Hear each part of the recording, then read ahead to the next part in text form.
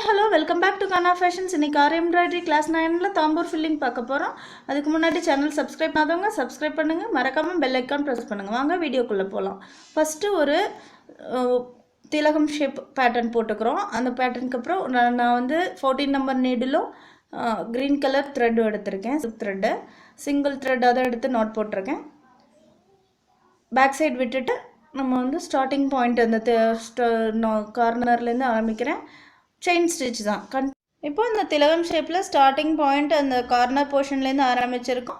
அதுலேருந்து உள்ளே நூலை கீழேருந்து புல் பண்ணி எடுத்து நம்ம செயின் ஸ்டிச் தான் போட போகிறோம். கண்டினியூஸாக அந்த அவுட்லைன்லேருந்து போட்டுட்டு வரணும். நீங்கள் அந்த அவுட்லைன்லேருந்து போட்டு உள்ளே இன்னர் ஃபில் பண்ணுறது தான் ஃபில்லிங், தாம்பூர் ஃபில்லிங் ஸ்டிச்னாலே கம்ப்ளீட்டாக இதே ஸ்டிச் தான் வரும். செயின் ஸ்டிச் தான் கிட்ட போட்டிங்கன்னா நல்லா ஃபினிஷிங் கிடைக்கும். பாருங்கள், கண்டினியூஸாக அவுட்டர் எந்த ஷேப்னாலும் அவுட்டர்லேருந்து உள்ளே ஃபில் ஆகி வரும். இதுதான் தாம்பூர் ஃபில்லிங். செயின் ஸ்டிச் தான் கண்டினியூஸாக போடணும். இப்போ பாருங்கள், அதே செயின் ஸ்டிச் தான் கிட்ட போட்டுட்ருக்கேன். அந்த அவுட்டர் லைன் என்வெல்ப்லேயே தான் போயிட்டுருக்கேன். கேமரா வியூக்கு கொஞ்சம் லென்ஸுக்கிட்ட வரல, ஃபிங்கர்ஸ் தான் தெரியுது கொஞ்சம்.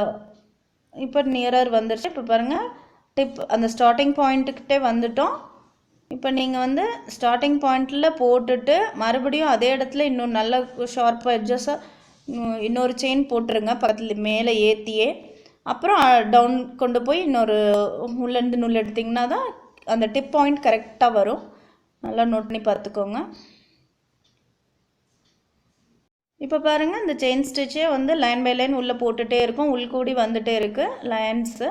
கிட்ட முதல் லைனை விட பக்கத்து லைன்லேயே உள்ளே இன்சர்ட் பண்ணி எடுக்கணும். அதே தான் லைன்ஸ் கிட்ட போட்டுட்டு நம்ம வந்துட்டுருக்கோம். நல்லா செயின் ஸ்டிச் கிட்ட நெருக்க போட்டு உள்ளே சுற்றி வந்தோன்னா அந்த துணி வந்து வெளியில் தெரியாமல் போடணும். அதுக்கு வந்து நல்லா பழைய லைனை விட பக்கத்தில் நெருக்க போட்டால் தான் அந்த பேஸ் கிளாத் வெளியில் தெரியாமல் இருக்கும். அது மாதிரி போடுங்க. செயின் ஸ்டிச்சும் கர்வ் பாயிண்ட்லலாம் சின்ன டாட் செயின் ஸ்டிச் கிட்ட போட்டு வந்திங்கன்னா தான் கர்வ் நல்லா வரும், ஷேப் நல்லா ஃபினிஷிங் கிடைக்கும்.